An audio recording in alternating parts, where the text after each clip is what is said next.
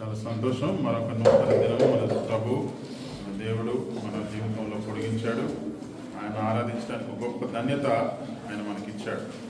So ఈ అవకాశాన్ని మనం పోగొట్టుకోకుండా ఉండాలని నేను అందరినీ మరి వేడుకుంటున్నాను. ముందుగా దేవుడు మనతో ఏం మాట్లాడబోతున్నాడో చూద్దాం. ఇర్మియా గ్రంథం, ఆయన ఆరాధించడానికి ముందు వాక్యంలో కొన్ని మాటలు చూసుకుందాం.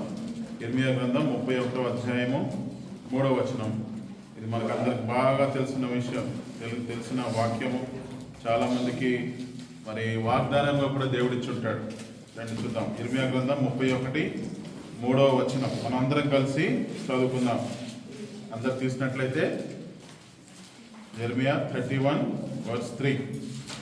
చాలా కాలం క్రిందట యెహోవా నాకు ప్రత్యక్షమై ఇట్లనెను, శాశ్వతమైన ప్రేమతో నేను నిన్ను ప్రేమించుచున్నాను కనుక విడువక నీ ఎడల కృప చూపుచున్నాను.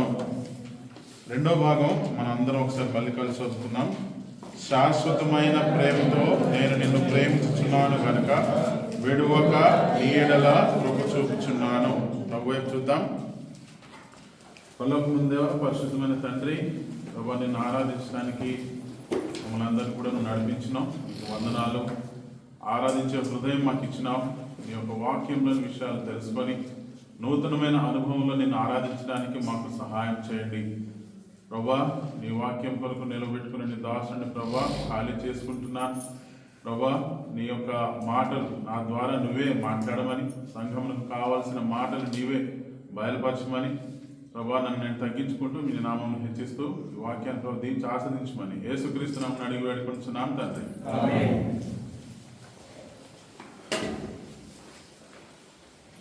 మనం ఏదన్నా మార్కెట్లో ఏదన్నా ఒక వస్తువు కొన్నప్పుడు, ఒక ఎలక్ట్రానిక్ ఐటమ్ కానీ లేకపోతే ఇంటికి పనికొచ్చే వస్తువు కొనడానికి వెళ్ళినప్పుడు దానికి వారంటీ ఎంత అని అడుగుతూ ఉంటాం కదా. ఎంత వారంటీ అండి ఇది? నేను కంప్యూటర్ కొనడానికి వెళ్ళాను. వాళ్ళు చెప్తున్నారు ఆ ర్యామ్ మీద 3 సంవత్సరాలు వారంటీ ఉంటుందండి, మీరు ఎప్పుడే ప్రాబ్లం వచ్చినా దాన్ని మార్చుకోవచ్చు అని చెప్పండి. 3 సంవత్సరాల వరకు. 3 సంవత్సరాల తర్వాత ప్రాబ్లం వస్తే డబ్బులు కట్టాలి, లేకపోతే వేరే తీసుకోవాలి. అది టీవీలో యాడ్స్ చూడొచ్చు, ఫేస్ట్ యాడ్స్ చూస్తూ ఉంటాం. ఏం చేస్తారు? పెప్సోడెంట్ యాడ్ చూస్తారు అనుకోండి, 100% జేమ్స్ అన్నీ కూడా అయిపోతాయి. 99%. 100% ఎందుకు అంటారు వాళ్ళు? అంతే. అంటే వాళ్ళకు కూడా తెలుసు అది పోవదని, కాబట్టి మ్యాక్సిమం ఎంతవరకే చెప్పగలరో అంతవరకే చెప్తారు. సో అదొకటి అట్లా వాళ్ళు బిజినెస్ ప్రాక్టీస్ చేస్తారు. అంటే ఏది కూడా శాశ్వతం, లేకపోతే ఏది కూడా సంపూర్ణము కాదు. కానీ మన దేవుడు చూడండి, మనం చదువుకున్న వాక్య భాగంలో ఇర్మియా గ్రంథం 31:3వ వచనంలో శాశ్వతమైన ప్రేమతో నిన్ను ప్రేమిస్తున్నాను కనుక విడవక నీ ఎడల కృప చూపుచున్నాను. శాశ్వతమైన ప్రేమ అంటే దానికి ఒక ఎండ్ అనేది లేదు. ఇంగ్లీష్లో ఏమనుంది ఒకసారి చదవండి.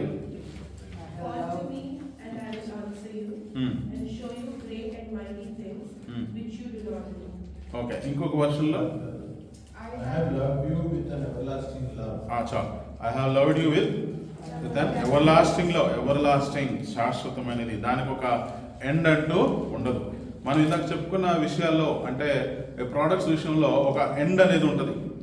ర్యాంప్ చూసినప్పుడు 3 years ఎండ్, ఒక మానిటర్ చూసినప్పుడు ఒక 5 years ఎండ్ ఉంటుంది. అట్లా దేనికి ప్రతిదానికి ఒక ఏమంటారు, ఒక ఎండ్ అనేది ఉంటుంది అన్నమాట. దానికి ఆ తర్వాత అది పని చేయకపోవచ్చు, పని చేసినా దానికి ఒక గ్యారంటీ ఉండదు ఎన్ని రోజులు పని చేస్తుంది అనేది. కానీ మన దేవుడు శాశ్వతమైన ప్రేమ మన పట్ల చూపిస్తున్నాడు.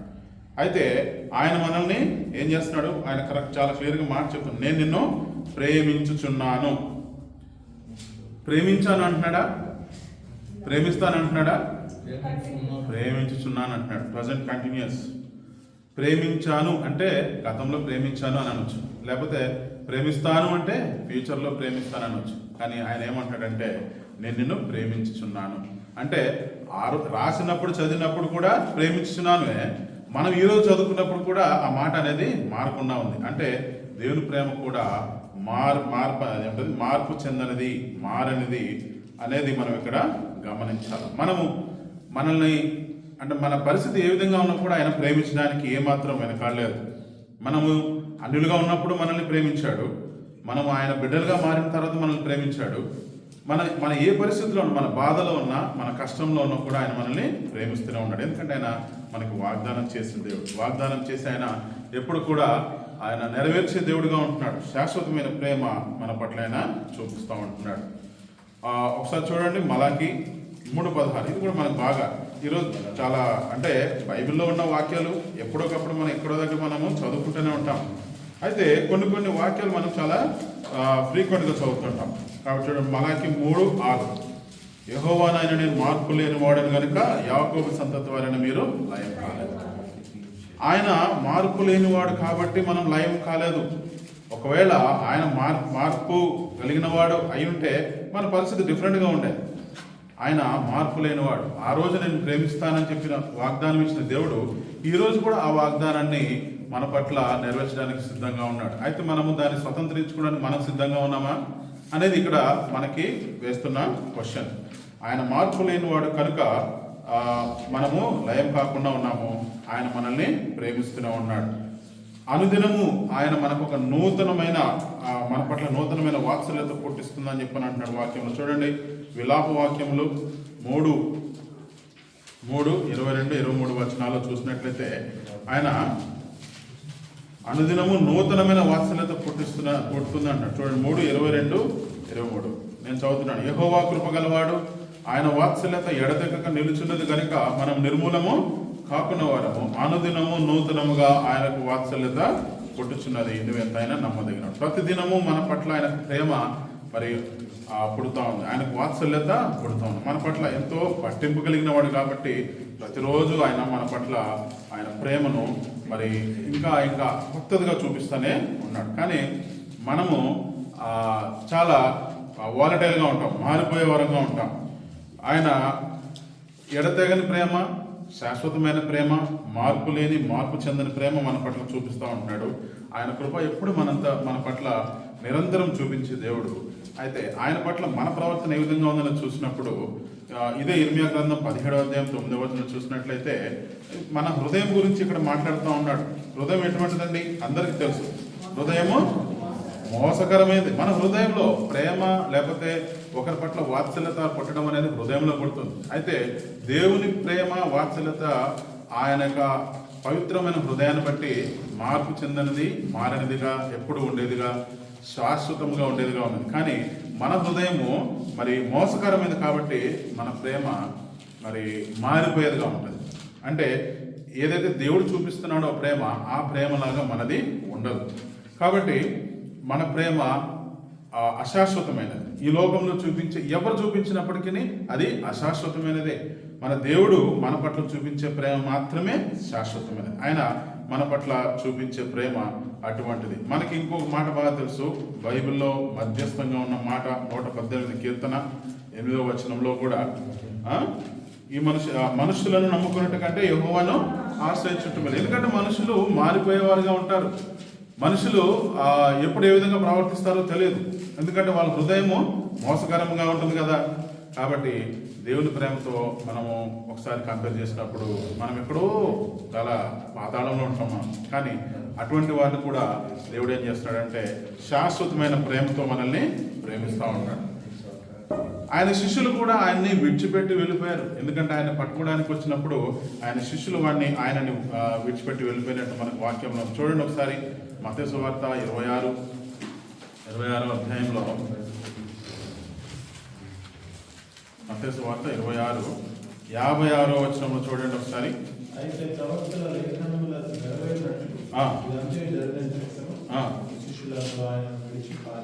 మనం పైన చూసుకున్నట్లయితే యేసు ప్రభు వారిని ఆయన యోధ అప్పగించాడు. ఆయన వారు తీసుకెళ్ళడానికి వచ్చినప్పుడు ఇదంతా జరిగిన తర్వాత ఆ శిష్యులందరూ కూడా ఆయన్ని విడిచిపెట్టి వెళ్ళిపోయినట్టు ఇక్కడ మనకు కనబడుతుంది. మనుషులంగా ఉన్నప్పుడు మన ప్రవర్తన అనేది టైం టు టైం మారిపోయేదిగా ఉంటుంది. చాలా విషయాలు కాంప్రమైజ్ అయిపోయే వరంగా ఉంటాం. శిష్యులు కూడా ఆయన విడిచిపెట్టేసి వెళ్ళిపోయారు. శిష్యులు కూడా మనుషుల్లాగానే ఉన్నారు. మనం కూడా మరి ఒకవేళ మనం ఆయన శిష్యుల్లాగా ఉన్నట్లయితే మనం కూడా ఆ విధంగానే ప్రవర్తిస్తాం. కాబట్టి మనం ఇక్కడ గమనించాల్సింది ఏంటంటే దేవుని ప్రేమ ఏ విధంగా ఉంది, లేకపోతే మనుషుల ప్రేమ ఏ విధంగా ఉన్నది మనం ఇక్కడ గమనించాలి. ఆయన ప్రేమ మన పట్ల శాశ్వతముగా చూపించేవాడుగా ఉంటున్నాడు. అది ఇప్పుడు కూడా మారింది, మార్పు చెందని గొప్ప ప్రేమ. అటువంటి ప్రేమ దేవుడు మన పట్ల చూపిస్తూ ఉన్నాడు. ఆయన నేను ఇందాక చెప్పినట్టు ఆయన నిన్ను ప్రేమించాను అనట్లేదు, లేకపోతే నేను ప్రేమిస్తాను అనట్లేదు, నేను ప్రేమించుచున్నాను అని అంటున్నాడు. అది ఎప్పుడు కూడా కంటిన్యూస్గా జరిగే ప్రాసెస్ అది. అంటే ఆయన మన పట్ల ఎప్పుడు ఒకే రకమైన ఆలోచన కలిగి ఉన్నాడు. మన పట్ల ఒక మనుషులుగా మనం ఆలోచించినట్లయితే ఒక మనిషి మీద ఒక అభిప్రాయము, ఒకప్పుడు ఒక అభిప్రాయం ఉంటుంది. సపోజ్ ఆయన ఏదైనా చిన్న తప్పు చేశాడు, లేకపోతే తన పట్ల ఏదైనా కొంచెం కోపంగా మాట్లాడాడు, అటువంటి జరిగినప్పుడు ఏమైందంటే మన అభిప్రాయాన్ని వెంటనే మనము మార్చుకుంటూ ఉంటాం. అంటే ఒక మనిషి మనతో పాటు ఏ విధంగా ప్రవర్తిస్తున్నాడో దాన్ని బట్టి మనం ఆ వ్యక్తి పట్ల ప్రవర్తించే విధానం అనేది ఆధారపడి ఉంటుంది. ఆయన మనం ప్రేమించే విధానం అనేది ఆధారపడి ఉంటుంది. కానీ మన దేవుడైన మరి ప్రభువు ఆయన చూపించే ప్రేమ ఎట్లా ఉందంటే, మనం ఎంతగా ఆయనని తోలనడినప్పటికీ, ఎంతగా ఆయనని విడిచిపెట్టేసి మన ఇష్టానుసారమైన జీవితాన్ని మనం గడిపినప్పటికీ ఆయన మాత్రం శాశ్వతమైన ప్రేమ మన పట్ల చూపిస్తూ ఉన్నాడు. ఇశ్రాయేలీయులు వారి దగ్గర నుంచి చూసుకున్నప్పుడు కూడా ఆయన వాళ్ళని ప్రేమిస్తూనే ఉన్నాడు. వాళ్ళు ఎన్నో రకాలుగా మరి దేవుణ్ణి లేకపోతే మోషేని వాళ్ళు చాలా రకాలుగా మరి దూషిస్తూ వచ్చారు, చాలా అఫెండ్ అవుతూ వచ్చారు. వాళ్ళు మమ్మల్ని ఎందుకు అక్కడి నుంచి విడిపించుకుంటొచ్చో, మమ్మల్ని చంపేద్దాం అనుకుంటున్నావా అని చాలాసార్లు అంటూ ఉన్నారు. అయితే మరి ఏదైనా పెట్టినప్పుడు వాళ్ళ ఆలోచన మారిపోయింది. అది మానవ నైజం. మన పట్ల మంచిగా ప్రవర్తించినప్పుడు బాగా ఉండే మనుషులు కొంచెము ఏదన్నా వ్యతిరేకంగా మాట్లాడినప్పుడు వాళ్ళ మనసు మారిపోయేదిగా ఉంటుంది. అందుకనే హృదయం అనేది మోసకరమైంది. మన ఆలోచనలు ఎప్పుడు కూడా మారిపోయేగా ఉంటాయి. కానీ ఆయన మన పట్ల చూపించే ప్రేమ అది శాశ్వతమైన ప్రేమ. ఆ ప్రేమ మన పట్ల ఎందుకు చూపించాడనేది మనం ఒకసారి ఆలోచించుకున్నప్పుడు మనం ఏమాత్రం కూడా దానికి యోగ్యులముగా లేవు. ఎందుకంటే మనుషులతో మనుషులు ప్రవర్తించే దాని గురించి మాట్లాడినప్పుడు దేవుడు మనతో ప్రవర్తించే విధానం, ఒకవేళ దేవుడు కూడా ఆ విధంగా మనతో ప్రవర్తించినట్లయితే ఆ బంధం అనేది చాలా ఘోరంగా ఉంటుంది. అంటే మన పరిస్థితి చాలా మరి చెప్పలేని పరిస్థితిగా ఉంటుంది అన్నమాట. దానికి ఆయన చూపించే ప్రేమ మరి ఆ శాశ్వతము అని ఏ విధంగా అంటున్నామంటే, ఈరోజు మనం ఇక్కడికి రాగలిగినామంటే ఆయన మన పట్ల చూపించిన ప్రేమ. ఒకవేళ ఆయన చూపించకపోతే, అంటే ఆయన మన పట్ల ఆ ప్రేమ కలిగి ఉండకపోతే మనం ఏనాడు నశించిపోయేవాళ్ళం ఈ లోకంలో. అంటే నశించిపోవడం అంటే చనిపోవడం అనేది కాదు, ఆయనలోకి రాకుండా లోకంలో ఉన్నట్లయితే మనము నశించిపోయిన వారితోనే లెక్క. ఎందుకంటే ఆ నశించిపోయే జనాంగం నుంచి దేవుడు మనల్ని ఏం చేశాడు? మార్చాడు, అంటే వేరుపరిచాడు. తన యొక్క రాజులైన యాజక సమూహంలో మనల్ని చేర్చిన దేవుడు. ఆ విధంగా మనల్ని ఆయన ట్రీట్ చేస్తున్నాడు. కాబట్టి ఆ ప్రేమ ఆయన చూపిస్తూ ఉన్నాడు. ఆయన మనల్ని ఎప్పుడు కూడా విడవనివాడు. ఆయన మన దగ్గరికి వచ్చినవాడు. అయితే ఏమంటారంటే మనల్ని తన బిడ్డలుగా చేసుకోవడానికి ఎంతో ఇష్టం. ఎందుకంటే లోకంలో ఉన్నట్లయితే మన యొక్క ప్రవర్తన వేరుగా ఉంటుంది కాబట్టి అది ఆయనకి ఇష్టం లేదు. అందుకని ఆయన ఏమంటాడంటే, ఆయన నమ్ముకున్నట్లయితే, ఆయన చెప్పిన విధంగా మనం ప్రవర్తించినట్లయితే ఆయన తన బిడ్డలుగా చేసుకొని మన పట్ల ఆయన ఆనందించేవాడుగా ఉంటున్నాడు.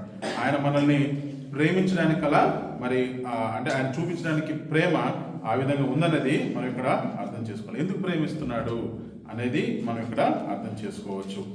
ఒకసారి అంటే మనం ఇబ్బందుల్లో ఉంటాము, కొన్నిసార్లు బాధ, దుఃఖము, ఎన్నో పరిస్థితులు ఉంటాయి, కొన్నిసార్లు భయాలు ఉంటాయి. బట్ అన్నిటి నుంచి కూడా ఆ పరిస్థితుల్లో కూడా దేవుడు మనల్ని ప్రేమించేవాడుగా ఉంటున్నాడు. ఆ పరిస్థితుల్లో కూడా మనల్ని బలపరిచేవాడుగా ఉంటున్నాడు. ఒకసారి చూడండి, ద్వితీయోపదేశకాండము 31:6. ద్వితీయోపదేశకాండము 31. భయపడకుడి, దిగులు పడకుడి,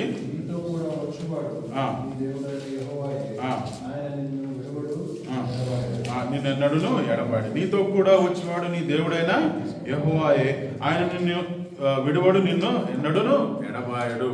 ఇప్పుడు మనతో మాట్లాడుతున్న మాట, ఆయన నీతో కూడా వచ్చేవాడు. ఎవరైనా నిన్ను ఎప్పుడు కూడా విడవడివాడు, నిన్నెప్పుడు కూడా ఎడబాయినవాడు యెహోవా దేవుడు. ఆ పక్కన పేజ్ తిప్పండి, 2 పేజీలు తిప్పిన తర్వాత యెహోషువ 1 అధ్యాయము 5వ వచనంలో చూసినట్లయితే 6వ వచనంలో, నిన్ను విడువను, నిన్ను ఎడబాయను, నిబ్బరం కలిగి ధైర్యంగా ఉండను. భయంలో ఉన్నప్పుడు ఒకవేళ యెహోషువ మాట్లాడిన దాన్ని బట్టి దేవుడు మాట్లాడుతున్నాడు, నీకేం భయం లేదు, నేనున్నాను, ఎందుకంటే నేను నిన్ను ప్రేమిస్తున్నాను. నీకు ధైర్యం చెప్తున్నాను, నీకు ఏ ఇబ్బంది ఉండదు, లేకపోతే నువ్వు ఏదైతే నువ్వు చేయలేని అనుకుంటున్నావో దాన్ని నేను నీతోను చేయించగలను అని ఆయన మాట్లాడుతూ వస్తున్నాడు. ఆయనకి ఇచ్చిన వాగ్దానం అది. అదే వాగ్దానం మనకు కూడా ఇస్తున్నాడు దేవుడు. మనం దాన్ని స్వతంత్రించుకోవడానికి సిద్ధంగా ఉన్నామా? ఎందుకంటే ఏదైతే వాళ్ళు మరి దేవుడి సేవకులు వాళ్ళు ఏ విధమైనటువంటి విధేయత వాళ్ళు చూపిస్తూ వచ్చారు, దేవుడు ఆ విధంగా చెప్పినప్పుడు యెహోషువ ఆయన మాట విన్నాడు. ఆయన మాట విని ఎన్నో గొప్ప కార్యములు చేశాడు. మరి తర్వాత మనం చూసినట్లు యెహోషువ గ్రంథంలో చూడొచ్చు. ఆ విధంగా వాళ్ళు విధేయత చూపిస్తూ మరి ఎన్నో అద్భుత కార్యాలు చేస్తారు. వాళ్ళు దేవుని ప్రేమను కనుగొన్నారు, దేవుని ప్రేమను అనుభవించారు, దేవుడిచ్చిన బలాన్ని పొందుకొని వాళ్ళు చేసిన అద్భుత కార్యాలు మరి ఆ బైబిల్లో మనకి గ్రంథస్థం చేయబడినాయి. అవి మనకు తెలుసు. అయితే మనము కూడా ఆయన మనతో మనకిచ్చిన వాగ్దానము మనం గుర్తుపెట్టుకొని ఆయన నిన్నెన్నడూ కూడా విడవడు ఎడబాయడు అని అన్నప్పుడు ఏ పరిస్థితుల్లో అయినా సరే ఆయన మనకు తోడుగా ఉన్నాడనే ఒక నిరీక్షణ మనం కలిగిన వారంగా ఉండాలి. ఆయన మనల్ని శాశ్వతమైన ప్రేమతో ప్రేమిస్తున్నాడు. పదే పదే పదే పదే మాట్లాడుతూ ఉన్నాడు. ఎందుకంటే ఆయన మనం విడవకుండా ఎడబాయకుండా కాపాడే దేవుడు. ఇంకొక మాట నేను చూపించాలని ఇష్టపడుతున్నాను. చూడండి, హెబ్రీయులకు రాసిన పత్రిక 13వ అధ్యాయము 5వ వచనం. ఇక్కడ కూడా అదే మాట ఉంటుంది 2వ భాగంలో. నిన్ను ఏమాత్రమును విడవను, నిన్ను ఎన్నడను ఎడబాయను అనే మాట ఇక్కడ ఆ మాటను ఇక్కడ ఉటంకిస్తూ ఉన్నాడు. నిజమే, ఆయన ఎప్పుడు కూడా మనల్ని మనం ఓన్గా అంటే మన లోపల మనం క్వశ్చన్ చేసుకున్నట్లయితే మరి దేవుడు మనల్ని ఎప్పుడన్నా విడిచిపెట్టాడా అనేది మనము ఆ క్వశ్చన్ చేసుకున్నట్లయితే దానికి ఆన్సర్ మనకి దొరుకుతుంది. ఆయన మన పట్ల చూపిస్తున్న కృప మరి ఇందాక మన విలాప వాక్యంలో చూపించినట్లు మన అనుదినము నూతనముగా వాత్సల్యత పుట్టుచున్నది అని చెప్పి అంటున్నాడు. మన గురించి ఆయన ఎంతో పట్టింపు కలిగిన దేవుడు. ఈ లోకంలో వేరే వాళ్ళతో కంపేర్ చేసినప్పుడు ఈయన ప్రేమను మనం కంపేర్ చేయలేం. కానీ ఒక ఎగ్జాంపుల్ కోసం చెప్పినట్లయితే మనుషుల గురించి చెప్పాను ఇందాక. ఈ లోకంలో ఉన్న దేవతల గురించి, లేకపోతే ఎవరైతే మరి దేవుళ్ళుగా పూజింపబడుతున్నారో వాళ్ళు చూపించే ప్రేమ ఎటువంటిది అనేది మనకు తెలుసు. వాళ్ళు రిటర్న్ మన దగ్గర నుంచి కోరుకుంటూ ఉంటారు. అయితే దేవుడు మాత్రం మన యొక్క హృదయాన్ని మాత్రం కోరుతూ ఉన్నాడు. వాళ్ళు దానికోసం ఏదో మూల్యం చెల్లించాల్సిన అవసరం లేదు. యేసుక్రీస్తు ప్రభువారి తన యొక్క శరీరాన్ని, తన యొక్క ప్రాణాన్ని ఆ యొక్క కలువరి శిలువలో మూల్యం చెల్లించి మనల్ని మన పాపం నుంచి తప్పించి తన బిడ్డలుగా చేసుకొని మనల్ని ప్రేమించి నిన్ను ఎన్నను విడవను ఎడబాయను అని చెప్పి మనం నడిపిస్తున్న గొప్ప దేవుడు. అటువంటి దేవుడు మనకు దేవుడుగా కలిగి ఉన్నందుకు మనము ఎంతో సంతోషించాలి. మన హృదయాన్ని ఆయన ఆరాధించడానికి వచ్చినప్పుడు, ప్రభువా నువ్వు నా పట్ల ఎంతో శాశ్వతమైన ప్రేమను చూపిస్తూ వచ్చావు, అనాది కాలం నుంచి తల్లి గర్భంలో రూపం పడక మునిపే నువ్వు ఎరిగి ఉన్నావు, నన్ను ప్రేమిస్తూ ఉన్నావు, ఈ రోజు వరకు కూడా నన్ను ప్రేమిస్తున్నావు ప్రభువా, నిన్ను ఆరాధించకుండా నేను ఏ విధంగా ఉండగలనని చెప్పేసి అని మనము ఆరాధించాలి. కంపేర్ చేసుకోండి ఒకసారి, ఎదుటి వారు ఏ విధంగా ప్రేమిస్తున్నారు, మన దేవుడు ఏ విధంగా ప్రేమిస్తున్నాడు. ఈ ప్రేమను మనం చూసినప్పుడు మనకు చాలా ఈజీగా అర్థమవుతుంది. దీనికి ఒక పరిమితి లేదు. మనుషుల ప్రేమకి ఒక పరిమితి ఉంటుంది, దేవుని ప్రేమకి పరిమితి అనేది ఉండదు, శాశ్వతమైనది. మనం ఈ లోకంలో ఉన్నంత వరకు, మనం ఈ లోకమును దాటి మనం ఒకవేళ మరణించిన తర్వాత కూడా ఆయన మరి పరలోకంలోకి వెళ్ళినప్పుడు కూడా ఆయన మనల్ని ప్రేమిస్తూనే ఉంటాడు. మన యొక్క బాధల్లో ఆయన మనల్ని ఓదార్చే దేవుడు, మన భయాల్లో మనల్ని బలపరిచే దేవుడు, మన యొక్క కష్టాల్లో మన యొక్క వాటిని బలపరిచి మనల్ని నడిపించే దేవుడు. మన యొక్క హృదయం బాధలు ఉన్నప్పుడు కానీ, లేకపోతే మనకి ఏదన్నా మానసికంగా ఏదైనా గాయపడిన పరిస్థితి ఉన్నట్లయితే అక్కడ కూడా ఆయన ఎంతగానో మనల్ని ఏమంటారంటే ధైర్యపరుస్తూ ఉంటాడు.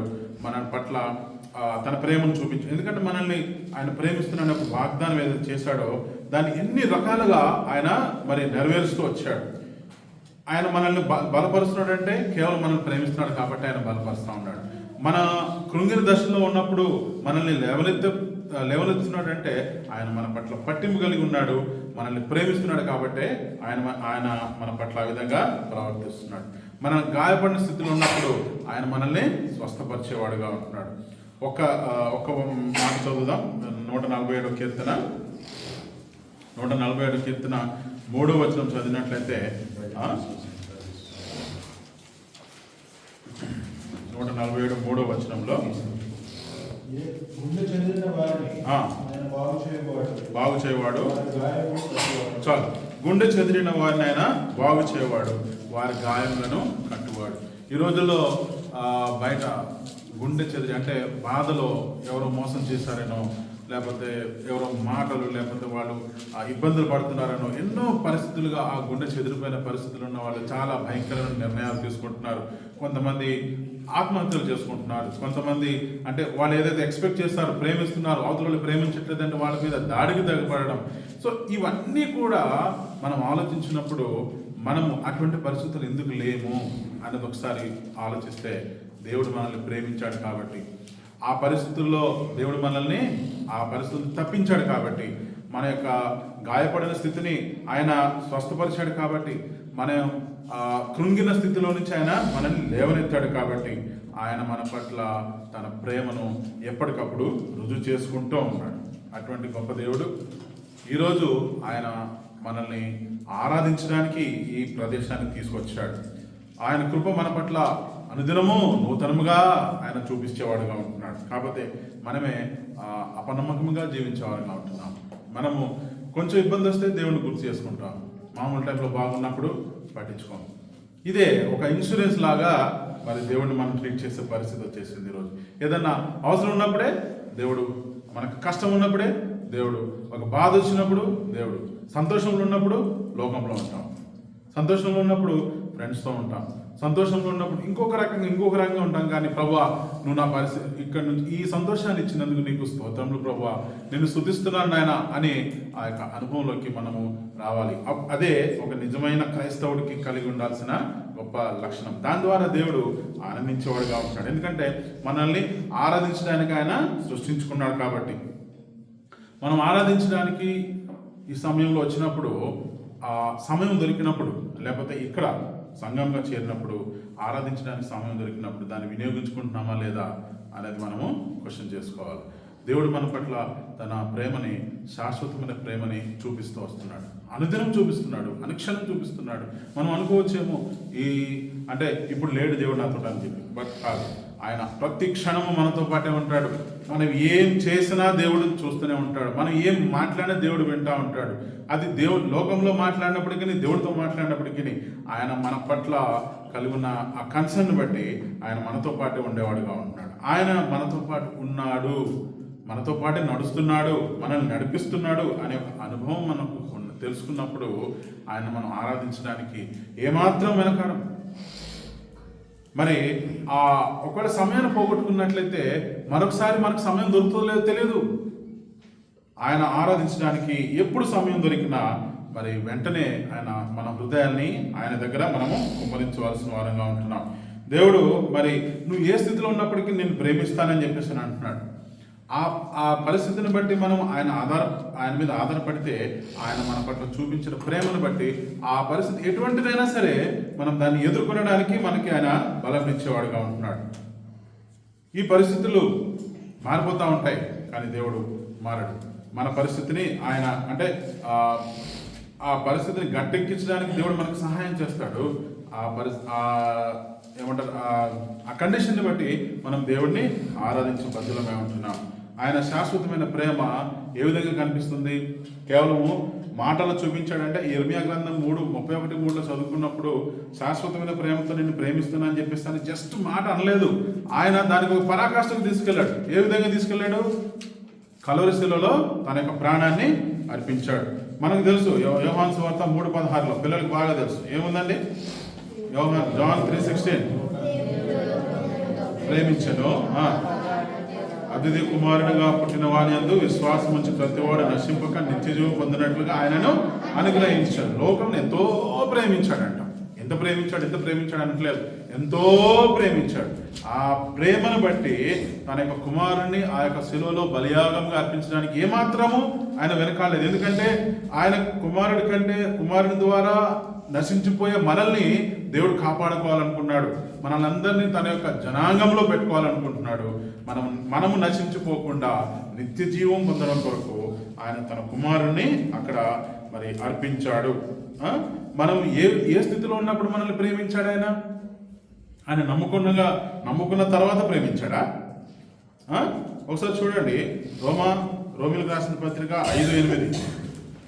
మనము ఆయన నమ్ముకున్న తర్వాత, లేకపోతే ఆయన గురించి తెలుసుకుని ఉన్నప్పుడో కాదు. చూడ 5:8 అయితే దేవుడు మన ఎడల తన ప్రేమను వెల్లడిపరుచున్నాడు. ఎట్లనగా మనం ఇంకను పాపులమై ఉండగానే క్రీస్తు మన కొరకు చనిపోయాడు. మనం పాపులముగా ఉండగానే క్రీస్తు మన కొరకు చనిపోయాడు. ఎందుకంటే మనల్ని మన పాపం నుంచి ఆయన విముక్తులుగా చేయాలనుకుంటున్నాడు. ఇర్మియా గ్రంథంలో చెప్పినప్పుడు శాశ్వతమైన ప్రేమతో నిన్ను ప్రేమిస్తున్నా అని చెప్పేసి అన్నారు. మరి మాట ఇక్కడికి వచ్చినప్పుడు మరి ఇక్కడ నెరవేర్చబడింది. మన యొక్క ప్రేమ తండ్రి దేవుడు మన పట్ల చూపించే ప్రేమ నెరవేర్చడానికి పరాకాష్ట ఆయన యొక్క కల్వరి శిలువలో ఆయన మరణించాడు, సమాధి చేయబడ్డాడు. 3వ దినమున తన మాట చొప్పున ఆయన తిరిగి లేచాడు. ఎందుకంటే మనము ఆయన యొక్క బలియాగం ద్వారా రక్షించబడడం అనేది చాలా ముఖ్యమైన విషయం. ఒకవేళ ఆయన బలియాగాన్ని మనం తెలుసుకున్నాము, ఆయనలో వచ్చాము అని అంటే ఆయన దాన్ని బట్టి ఎంతో సంతోషించబడుకుంటాడు. అందుకనే మనం సువార్త చెప్పాలి అని ఆయన ఎందుకు కోరుతున్నాడంటే, లోకంలో ఎవరైతే నశించిపోతున్నారో ఆ రోజు తను వచ్చాడు, ఆ రోజున పరిస్థితులను బట్టి తన ప్రాణాన్ని అర్పించాడు. అక్కడ ఉన్న వాళ్ళందరినీ కూడా మరి ఆ పాపం నుంచి విముక్తి చేసి ఆయన వెళ్ళిపోయాడు. అయితే ఆ పనిని మన దగ్గర వదిలిపెట్టి వెళ్ళాడు. ఏంటి? మీరు లోకంలోకి వెళ్ళి సర్వలోకములకు సువార్త ప్రకటించండి, అందరినీ మరి ఆయనలోకి నడిపించాలన్నట్టుగా ఆయన మాట్లాడుతూ వచ్చాడు. కాబట్టి ఇర్మియా గ్రంథం 31:3 పలికిన మాట వాగ్దానము ఇక్కడ మరి ఈ రోమా 5:8 చూసినప్పుడు నెరవేర్చినట్టు మనకి ఇక్కడ కనబడతా ఉంది. ఆయన మన పట్ల ఎటువంటి ప్రేమ ఏంటంటే, మనుషులు ప్రేమను కొలవడానికి గిఫ్ట్స్ ఇవ్వచ్చు, లేకపోతే ఇంకా ఏదైనా డబ్బులు ఖర్చు పెట్టవచ్చు, లేకపోతే సమయాన్ని ఖర్చు పెట్టవచ్చు, లేకపోతే ఎక్కడికన్నా ప్రయాణించడానికి తీసుకెళ్ళవచ్చు. కానీ ప్రాణం ఇవ్వడానికి ఎవరు రారు. ఎవరన్నా సరదాగా నేను ప్రేమిస్తున్నా అని చెప్పేసి అన్నప్పుడు, సరే నువ్వు నన్ను ప్రేమిస్తున్నావు కదా, నీ ప్రాణం నాకు ఇవ్వని చెప్పండి ఇస్తారా? తర్వాత వస్తాను, మళ్ళీ కలుస్తానని చెప్పి వెళ్ళిపోతారు. సో అది కాదు. దేవుడు ఏమంటాడంటే, ఆయన ప్రాణం పెట్టడానికే వచ్చాడు. ఎప్పుడూ కూడా ఆయన మన పట్ల ఒకే రకమైన ప్రేమను కనపరుస్తూ వచ్చాడు. మనము పాపలముగా ఉండగానే ప్రేమించాడు అంటే, మరి ఆయన నమ్ముకున్న తర్వాత ఆయన మన పట్ల ఎటువంటి ప్రేమను కలుగుంటాడో మనం ఒకసారి ఆలోచించుకోవాలి. చివరికి ఒక మాట చదువుకుందాం, చూడండి. ఇదే రోమీయులకు రాసిన పత్రిక 8వ అధ్యాయము 38-39 చూసినట్లయితే, మరణమైనను జీవమైనను దేవదూతలైనను ప్రధానులైనను ఉన్నవి అయినను రాబోవినవి అయినను అధికారులైనను ఎత్తైనను లోతైనను సృష్టింపబడిన మరి ఏదైనను మన ప్రభు అయిన క్రీస్తు యేసునందరి దేవుని ప్రేమ నుండి మనలను ఎడబాపు నేరమని రూఢిగా నమ్ముచున్నాను. మనం ఇదే మాటలు మనము మరి మన హృదయాల్లో ఉంచుకోవాలి. ఏది కూడా మన దేవుడు నమ్ముకుని మనం ఇంట్లో దేవుల్లోకి వచ్చిన తర్వాత ఏది కూడా ఆయన ప్రేమ నుంచి మనల్ని ఎడబాపదు. ఇది మాత్రం కన్ఫర్మ్. అంటే మనము ఆయన వదిలిపెట్టి వెళ్ళిపోతే ఏమో కానీ, లేకపోతే ఆయన మాత్రం ఎట్టి పరిస్థితుల్లో కూడా ఆయన ప్రేమ నుంచి మనల్ని ఏది కూడా మరి విడిచిపెట్టదు. ఆ విషయాన్ని మనము మన మనసులో ఉంచుకుందాం. శాశ్వతమైన ప్రేమతో నేను ప్రేమిస్తున్నాను కనుక విడువక నీ ఎడల కృప చూపుచున్నానని పలికిన దేవుడు తన యొక్క ప్రాణాన్ని మరి కల్వరి శిలువలో నీ కొరకు నా కొరకు అర్పించాడు. అంతేకాదు మన పాపం నుంచి మనల్ని తప్పించాడు. లోకంలో నశించిపోయే ఆ జనాంగంలో ఉన్న మనల్ని తీసుకొచ్చి తన రాజులైన యాజక సమూహంలో చేర్చాడు. తన కొరకు మరి తనను ఆరాధించే బిడ్డలుగా మనల్ని చేసుకున్నాడు. అంతేకాదు ఆయన చూపించే ప్రేమ మనల్ని ఎప్పుడు కూడా విడిచిపెట్టదు. ఏది కూడా ఆయన ప్రేమ నుంచి మనల్ని ఎడబాపదు అని చెప్పి ఆయన వాక్యం చాలా స్పష్టంగా మాట్లాడుతుంది. క్రీస్తునందరి దేవుని ప్రేమ నుండి మనల్ని ఎడబాప నేరమని రూఢిగా నమ్ముచున్నాను. అక్కడ ఇర్మియా మాట్లాడుతూ వచ్చాడు, ఇక్కడ పౌలు గారు మాట్లాడుతూ వచ్చాడు. ఈ విషయాలు మనం మనసులో ఉంచుకోవాలి. ఆరాధించడానికి మనకు అవకాశం దొరికినప్పుడు ఎట్టి పరిస్థితుల్లో కానీ దాన్ని వదిలిపెట్టుకోకూడదు. మరి ఆరాధన రాకపోయినా పర్లేదు, ఆయన ముందు మన నోరు తెరిచినప్పుడు దేవుడే మాట్లాడతాడు, దేవుడే మనల్ని నడిపిస్తాడు. దేవుడే ఆరాధించడానికి మరి ఆయన మనల్ని మరి పురుగొల్పుతాడు. ఆయన కావలసిన మాటలు ఆయన మనకి ఏ విధంగా అంటే, ఇప్పుడు ఇక్కడ నిలబడి మేము మాట్లాడుతున్నాం అంటే మేము కాదు మాట్లాడే, దేవుడే మా ద్వారా మాట్లాడుతున్న విషయాన్ని మనం ఒకళ్ళు గమనించినట్లయితే ఆరాధించేటప్పుడు కూడా మన హృదయాన్ని దేవుడు ఆయన తెరుస్తాడు. చివరికి ఇంకో మాట చదువుకుని మనం ఆరాధనలోకి వెళ్దాం. అందరికి తెలిసిన భాగం యోహాను సువార్త 4:24 చూడండి. అందరం కలిసి చదువుకుందాం. యోహాను సువార్త John 4:24 అందరూ తెలిసినట్లయితే చదువుకుందాం. ఓకే. దేవుడు ఆత్మ గనుక ఆయనను ఆరాధించేవారు ఆత్మతోనూ సత్యంతోనూ ఆరాధింపవలననెను. సమరయ స్త్రీతో మాట్లాడిన మాట ఈరోజు నీతో నాతో మాట్లాడుతూ ఉన్నాడు. ఆయన ఆత్మగా ఉన్నాడు, మన మధ్య ఉన్నాడు. శాశ్వతమైన ప్రేమ ఆయన మన పట్ల చూపిస్తూ ఉన్నాడు. ఆయన మనం ఏ పరిస్థితిలో ఉన్నప్పుడు ప్రేమించాడు? పాపములుగా ఉండగానే ఆయన మన కొరకు మరి శిలువలో తన ప్రాణాన్ని అర్పించాడు. అటువంటి దేవుడిని మనం ఆరాధించకుండా ఏ విధంగా ఉండగలము? సమయాన్ని పోనివద్దు. ప్రతి ఒక్కరు సమయాన్ని వినియోగించుకుని దేవుని ఆరాధించడానికి దేవుడు మనకి సహాయం చేయను గాక.